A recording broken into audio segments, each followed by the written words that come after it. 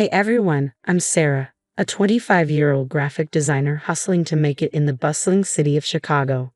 My apartment may be small, but it's mine, and I've been saving up for something big, a top-tier laptop that'll take my freelance work to the next level. Now, about my family. Well, it's complicated, especially with my older sister Emma. She's been a thorn in my side since we were kids, always trying to outshine me, always envious. I remember once when I won a school art contest. Instead of congratulating me, Emma just rolled her eyes and said, "Big deal, anyone can scribble on paper." That's what I had to deal with growing up. My mom, completely oblivious, would say, "Hey Sarah, why don't you show Emma your drawing?" Emma would sneer, "Yeah, let's see what the little artist can do." And don't even get me started on my parents, Tom and Linda.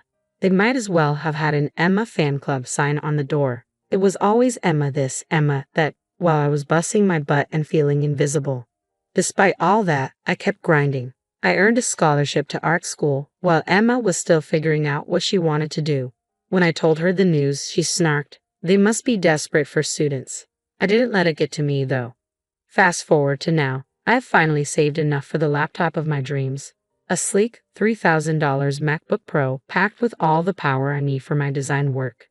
The day I hit the order button, I felt like I was floating. "You sure about this?"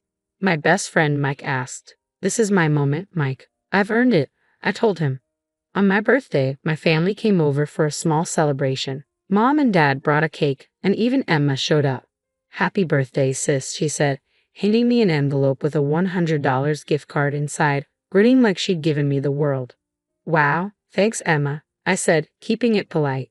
Then there was a knock at the door. My heart raced. I knew what it was. I rushed over and came back with a large box, grinning ear to ear. "My new laptop," I announced, tearing into it like a kid on Christmas. It was everything I dreamed of. "Isn't it beautiful?" I asked, holding it up for everyone to see. But Emma's face darkened. "How much did that thing cost?" she asked, her voice tight. "About $3,000, I admitted. Her eyes widened. $3,000? Who spends that much on a laptop? "It's for my work, Emma. I've been saving." "Oh right, your work," she interrupted, making air quotes. "Because Little Miss Perfect needs the fanciest toys to doodle on, right?" "It's not doodling, Emma. It's graphic design. It's my career." The tension was thick. Mom and Dad exchanged worried glances, clearly uncomfortable. As the night dragged on, Emma kept making snide comments, each sharper than the last. She was downing wine like water. "Must be nice to waste money like that," she slurred. "Some of us actually work for a living, you know." "I do work, Emma. Really hard." "Please, sitting around all day on your fancy computer isn't work." I was about to snap, but Mom intervened.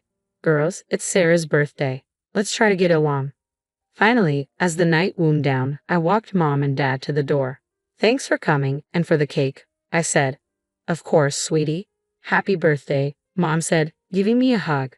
All that was left was to say goodbye to Emma and survive the rest of this nightmare birthday.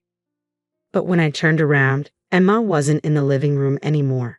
I heard a noise coming from my home office. "Emma," I called out, walking toward the sound. What was she doing? I froze in the doorway, unable to believe my eyes. There was Emma, stumbling drunk, my toolbox open at her feet and a hammer in her hand. On my desk sat my brand new laptop, or what was left of it. "Emma, what are you doing?" I screamed. She turned to me, her eyes wild and unfocused. "Fed up," she muttered, raising the hammer one last time. With a sickening crunch, she brought it down on the remains of my laptop. "Now we're even," she shrieked, dropping the hammer with a thud. I stood there, paralyzed, staring at the wreckage of my dreams scattered across the desk. This wasn't just a laptop. It was years of hard work, savings, and hope, gone in an instant of drunken jealousy. As the reality sank in, a surge of emotions hit me all at once. Rage, heartbreak, and a determination that this would be the last time Emma ever hurt me. My hands shook as I dialed 911, my voice trembling as I tried to explain what happened. But by the time I got through to someone, Emma had already stumbled out of my apartment. The cops listened, but without her there, it felt pointless. "We'll file a report, ma'am." But without the suspect present. I knew what that meant. Fat chance of anything coming from this. But I wasn't going to give up that easily. Next, I called my parents, hoping they'd back me up. "Mom, Dad, You need to tell the police what Emma did. You were here, you saw how she was acting. There was a long, heavy silence on the other end of the line. Finally, Dad spoke up. Honey, Emma called us earlier. She said she left your party around 8 p.m. We can't lie to the police. My blood ran cold. What? No, that's not true. She was here. She smashed my laptop. You know how she gets when she drinks. When I turned around, Mom chimed in. Now, Sarah, I think you might be exaggerating. Emma would never do something like that. Maybe you had a little too much to drink yourself. I couldn't believe what I was hearing. My own parents, once again, choosing Emma's lies over my truth. Fine, I said, my voice ice cold. Believe what you want. I hung up the phone and sank to the floor, surrounded by the shattered pieces of my dreams. But as I sat there, something inside me hardened. I was done being Emma's punching bag, done with my family's willful blindness. It was time to expose Emma for who she really was. I called my best friend, Mike. If anyone could help me pull this off, it was him. Mike, I need your help. It's about Emma. What did she do this time? He asked. I filled him in on everything. When I finished, Mike let out a low whistle. Damn, Sarah, that's messed up. What do you want to do about it? I want to catch her, expose her, make sure everyone sees her for the lying, manipulative person she really is. All right, I'm in. What's the plan? We spent hours brainstorming. Mike's tech skills were going to be crucial. First things first, he said, we need to set up some surveillance in your place, hidden cameras, mics, the works. Next time Emma comes over, we'll catch everything. Good idea. What else? We'll create a fake social media account to keep tabs on her. I can also do some digging into her digital footprint, maybe even her financials. People like Emma usually have skeletons in their closets. Meanwhile, I added, I'll play nice, act like I've forgiven her and the family. Get close again. You sure you can pull that off? Mike asked, concerned. I have been playing nice my whole life, Mike. I can do it a little longer. Over the next few weeks, we put our plan into action. Mike helped me install tiny cameras and mics around my apartment, hidden in picture frames and potted plants. We created a fake Instagram account, Chicago Party Girl, and got Emma to accept the friend request. I reached out to her, playing the forgiving sister. Hey, Em, I've been thinking. I'm sorry about how things went down on my birthday. Can we talk? Her response was quick. Sure, sis. I'm glad you've come to your senses. How about dinner next week? I had to stop myself from throwing my phone. Instead, I typed back, sounds great, can't wait. Meanwhile, Mike was working his magic behind the scenes. One night, he called me, his voice excited. Sarah, you're not going to believe this. I think I found something big. Really big. What is it? I asked, my heart racing. I can't say for sure yet, but it looks like Emma might be embezzling from her company. I need to dig deeper, but the numbers don't add up.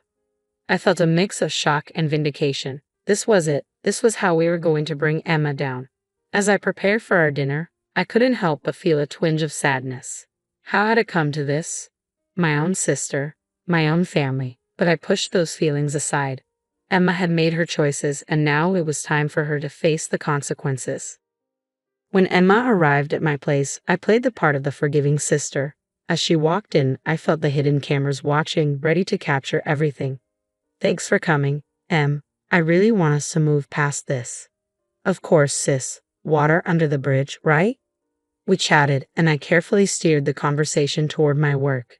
You know, I've been getting some great freelance gigs lately. Clients love my work. Emma's jaw tightened, her eyes narrowing. Oh, aren't you special? She sneered. Always the golden child. I pushed harder. Remember my birthday? That laptop was going to take my career to the next level. Emma snapped. You and your stupid laptop. You think you're so much better than me, don't you? Well, I showed you. I smashed that thing to pieces and I'd do it again. Bingo. I had her confession on camera. Just then, my phone buzzed. It was Mike. It's done. His text read. We had anonymously tipped off Emma's workplace and the police about her embezzlement. Within days, her world imploded. She lost her job, faced criminal charges, and for the first time, our parents finally saw her true colors. The video of her confession went viral, ruining what was left of her reputation. A week later, I watched from my window as Emma moved out of her fancy apartment. Jobless and alone, I felt a mix of satisfaction and sadness. My sister's toxicity had finally caught up with her. I turned back to my new laptop, ready to move forward with my life and career. For the first time in years, I felt free from Emma's shadow. It was time to focus on my own path, leaving the pain and resentment behind. As I opened up a new design project, I couldn't help but smile. This was my fresh start, my chance to shine without Emma's constant attempts to dim my light. But here's a question for you. If you were in my shoes, would you have exposed Emma's crimes or tried to help her change? Was justice served, or did I go too far? Drop your thoughts in the comments below.